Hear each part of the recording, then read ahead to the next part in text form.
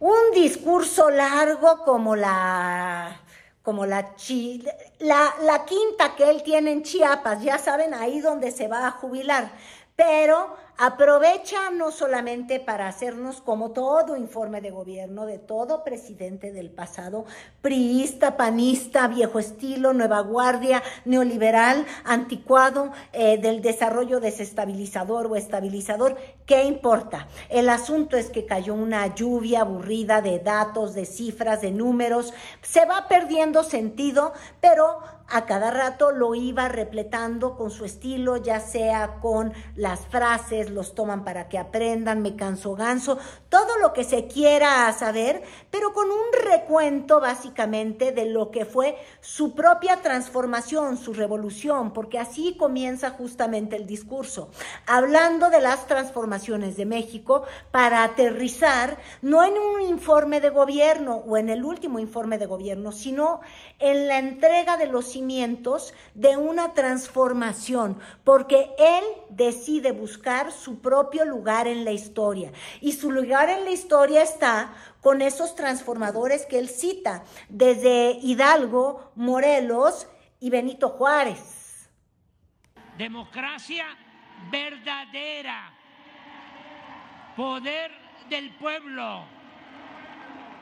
Queremos Kratos con demos. Democracia, lo hemos dicho varias veces, se compone de dos partes. Demos es pueblo, Kratos es poder. La democracia es el poder del pueblo. Lo que quieren los oligarcas es Kratos sin demos. Quieren poder sin pueblo. Al carajo con eso. Las alusiones más directas son en contra de Peña Nieto y de Calderón, porque justamente en esos dos sexenios vemos lo que es el priismo y el priismo más enriquecido, y el panismo más desprestigiado, y los dos marcados del sello de la corrupción. Entonces, agarrando esos dos sexenios, decide hablarnos de los números, de la pobreza. En los sexenios de Calderón y Peña Nieto, cada mes se empobrecían 100,000 personas. En nuestro gobierno, por el contrario, cada mes salen de la pobreza 100,000 mexicanos. Y después de hablar de los números de la pobreza, habla de otros números que, aunque él no bautiza como los números de la clase media, son importantes porque son los otros datos que hablarían del por qué fue tan avasallador el triunfo de la 4T en las urnas. No solamente se ayudó al sector más vulnerable económicamente en el país, sino que también hubo creación de empleo, hubo una paridad cambiaria que ayuda a mantener el nivel de ingreso de los mexicanos y de hecho, pues a crecerlo. Y justamente por eso dice, pues no era mi intención, ni yo promoví jamás que iba a ser el presidente del empleo, pero mira, Calderón, tú que querías y no hiciste nada, yo soy el presidente del empleo. En tiempos de Calderón, según cifras oficiales, un rico ganaba en promedio 35 veces más que un pobre. Ahora la diferencia ha disminuido a 15 veces. El salario mínimo ha aumentado más del 100%. Yo no presumí que iba a ser el presidente del empleo. Pues miren, somos el segundo país del mundo con menos desempleo.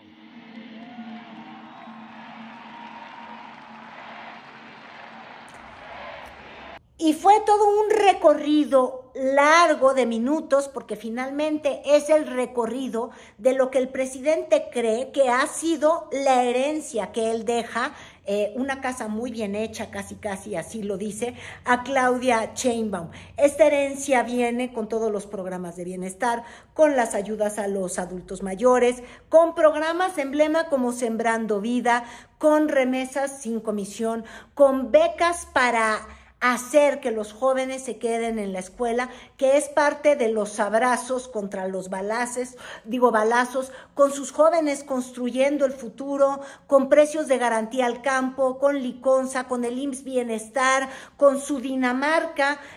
Vamos a tener que cambiar la definición de Dinamarca, pero evidentemente todo esto es lo que logra que vengan porras y aplausos, porras al presidente y porras que él luego empareja pidiendo porras para la presidenta. Pero bueno, estos programas tan emblema que describe su ideología, la marca de la 4T contra la marca del neoliberalismo, bueno, es lo que ayuda a atizar a los ahí presentes que, como insisto, no hicieron que reventara como en 2018 la plancha de la Constitución de gente, pero bueno, muestra que él sigue teniendo el apoyo de los más y no de los menos, porque sabían que los menos hasta tienen la culpa de la obesidad en México.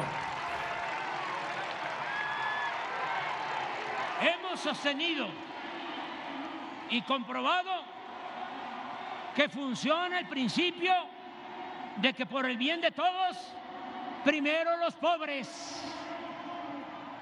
A 30 millones de hogares, de 35 millones que existen en nuestro país, les llega cuando menos un programa de bienestar o reciben una pequeña porción del presupuesto público. Y al resto, a los que no obtienen un apoyo de manera directa, al final de cuentas, también resultan beneficiados, porque en el país hay crecimiento económico, capacidad de consumo, empleos, mejores salarios, y esto llega a las clases medias y hasta arriba de la pirámide social. Aquí repito la frase choco-jarocha, campesina, que cuando la milpa se da bien, alcanza hasta para el pájaro.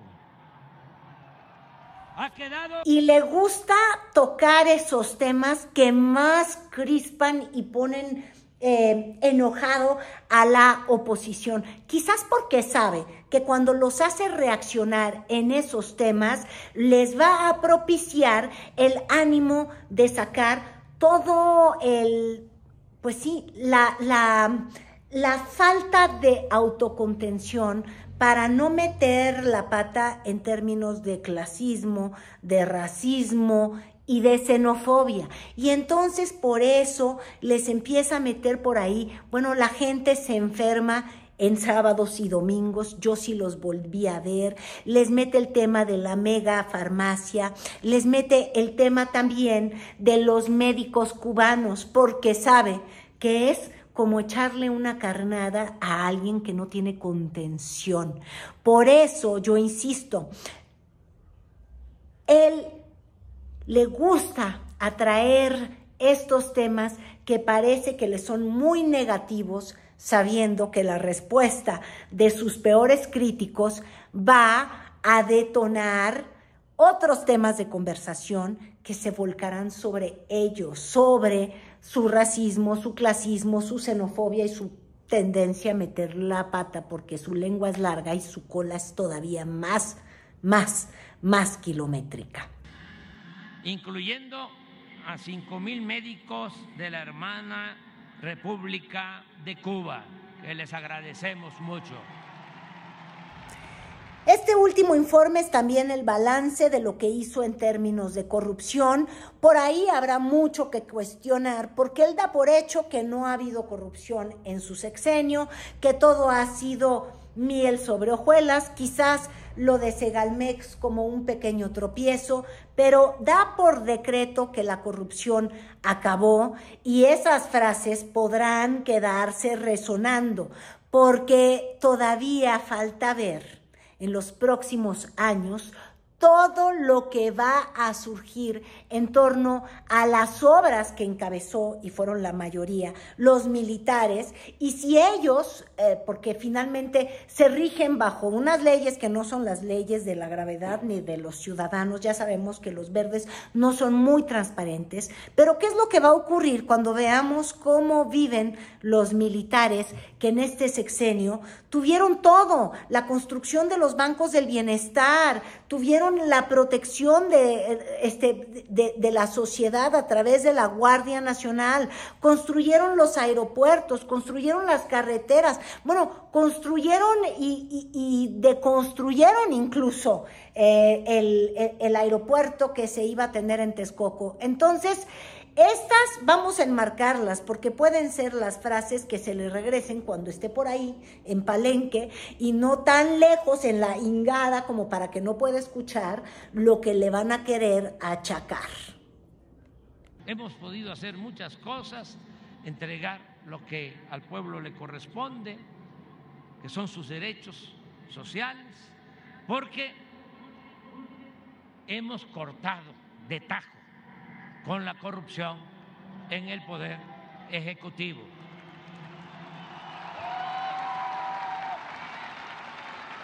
Y en todo este bombardeo de datos se dan quizás los que a él le interesa, porque eran las promesas de campaña con las que llegó. Y dice, no hubo gasolinazos. Bueno, depende de qué se entiende por gasolinazo. Estos subidones súbitos, bueno, quizás no se duplicó de pronto el precio de la gasolina, pero de que aumentó el precio de la gasolina, aumentó el precio de gasolina, pero le dice gasolinazo y entonces no hubo.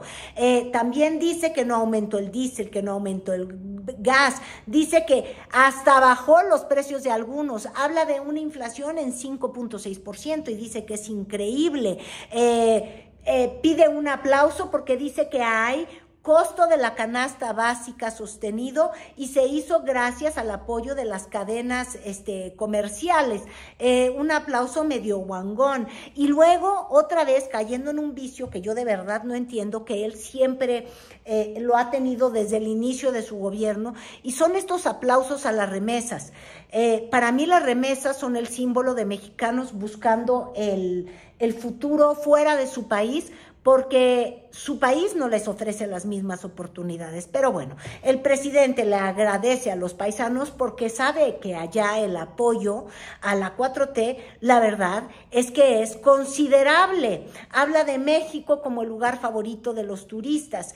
Y ojo, en la cifra que menos le favorece, que es la del crecimiento económico, pues le echa la culpa al espejo nunca, a la pandemia sí. Esa crisis no se había visto, cuando menos en el último siglo de nuestra historia. Esa caída en la economía por la pandemia que afectó a México y al mundo. Aún con eso, vamos a terminar el sexenio con un crecimiento promedio del 1%, algo verdaderamente excepcional ante un entorno económico extremadamente difícil en el país y en el mundo.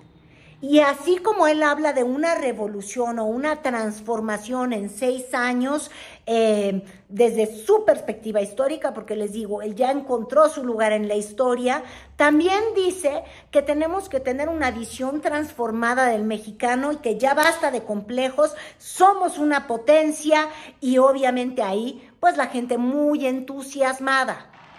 Y ya basta de complejos, Ya basta de complejos, porque ni nos vamos a complejar, ni vamos a permitir que nos sigan acomplejando. México es una potencia cultural en el mundo. Ya llegando a la última fase del discurso, que es cuando más trata de hacer la transición. En su informe dice: yo dejo todo esto y te lo dejo a ti, Claudia Sheinbaum, pero te lo dejo además en toda felicidad, te lo dejo con todo el entusiasmo que tú me provocas, y por eso hay generosidad en sus palabras. Pide las porras, se vuelve a ir sobre la oposición que ya está en la lona. Bueno, de hecho hasta le da su tallón a los Estados Unidos luego de tanto festejón, porque dice, bueno, los que son adictos son ustedes, los que tienen los consumidores son ustedes, nosotros no. Termino.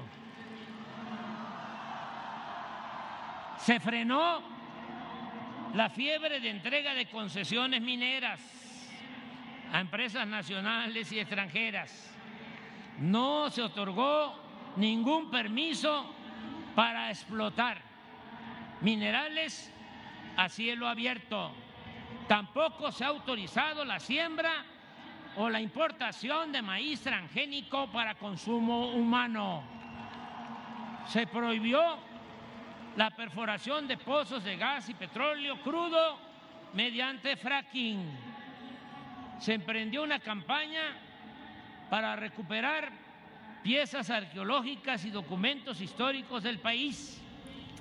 También se lleva con poco énfasis o con poco tiempo, porque uno ve todo el tiempo que dedica a hablar de cómo desmanteló el neoliberalismo, de todo lo que él creó y llegó con con la estructura de todos los programas sociales. Se detiene en ellos, se detiene en el sector energético, se detiene en la electricidad, se detiene en varios puntos que le son importantes. Ahora, los que agarra como que ahí te voy de al vuelo, pero que tampoco me hagan detenerme demasiado, pues es posiblemente el mayor fracaso o la mayor deuda que tiene con sus votantes, que es el tema de la seguridad, porque sí es su peor fracaso, lo hay que llamarlo así sin miedo, y ahí habla de estos datos, como les digo, de la percepción, e insiste en cosas pues que son sus dichos. Dice que no hubo tortura,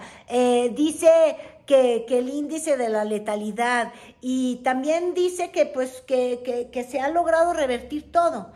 Los datos no están con él, pero la oratoria pues la suya. Es una etapa nueva. Aquí aprovecho para felicitar a nuestra presidenta electa, próxima presidenta constitucional. Presidenta, presidenta,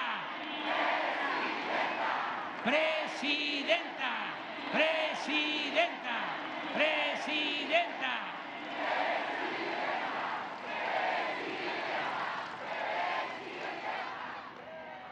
Se rehabilitaron los puertos, los aeropuertos de Tuxtla, Chetumal y la Ciudad de México.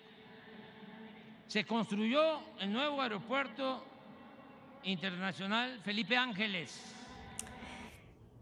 Y sí, termina como comienza, insistiendo en que México entra a otra fase de su democracia, y dice que por fin tenemos democracia, por más que se ha dicho que López Obrador es el antidemócrata. Él insiste, yo tuve que someterme a la voluntad incluso de jueces que tomaron determinaciones en contra de su gobierno, pero se apegó a derecho. Y por eso lo que manda al carajo no son las instituciones, sino que manda al carajo a los oligarcas insensibles que durante tanto tiempo impidieron el progreso.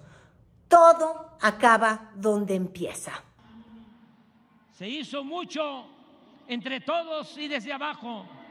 Es indudable que avanzamos en la revolución de las conciencias y se sentaron las bases para consolidar la nueva política denominada humanismo mexicano, que en esencia es reconocer y atender a los de abajo, quienes permanecían olvidados y humillados.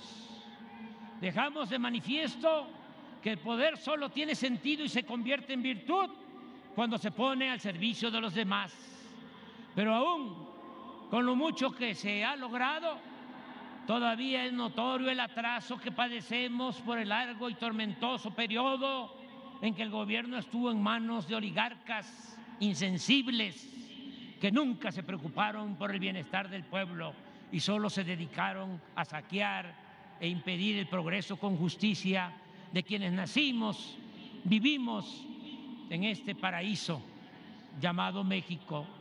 Por lo mismo, es indispensable seguir luchando para fortalecer lo alcanzado y continuar construyendo una patria nueva, generosa. Hasta ahí mi informe del último informe del presidente López Obrador, y ya veremos hacia dónde nos lleve, pues sí, entre que la comentocracia, la amlocracia y todos estos pues poderes polarizados que sabemos que se dan, que va a traducirse en primeras planas, en radio, en los youtuberos, en todos lados, pero aquí nadie me va a negar que ha habido un poco de opinión, pero sobre todo un hingo de información. Es lo más importante. Ahí está. Me voy a jubilar con la conciencia tranquila y muy contento. En primer término, nada me hace más feliz que haber logrado, con el apoyo de muchos de ustedes, de millones de mexicanos, reducir la pobreza y la desigualdad en el país. Me voy también tranquilo porque a quien entregaré la banda presidencial por mandato del pueblo es una mujer excepcional, experimentada, honesta y sobre todo de buenos sentimientos, de buen corazón, afín a los principios fundacionales de nuestro movimiento de transformación y auténtica defensora de la igualdad, de la libertad, de la justicia, de la democracia, de la soberanía. Claudia Sheinbaum Pardo, presidenta, presidenta, presidenta, presidenta. Además, me retiro con el orgullo y el honor de haber servido a un pueblo bueno, trabajador, inteligente, fraterno, heredero de grandes virtudes y valores de los antiguos mexicanos. Es un timbre de orgullo el haber podido demostrar que se puede transformar con el apoyo del pueblo, aunque se tenga en contra a poderes oligárquicos y medios de información o manipulación que en otros tiempos imponían modos de pensar y actuar en beneficio de sus intereses. Ahora sí, ya termino, amigas y amigos. Como es sabido, estoy por terminar mi mandato y quiero confesar aquí en la plaza principal del país, en la principal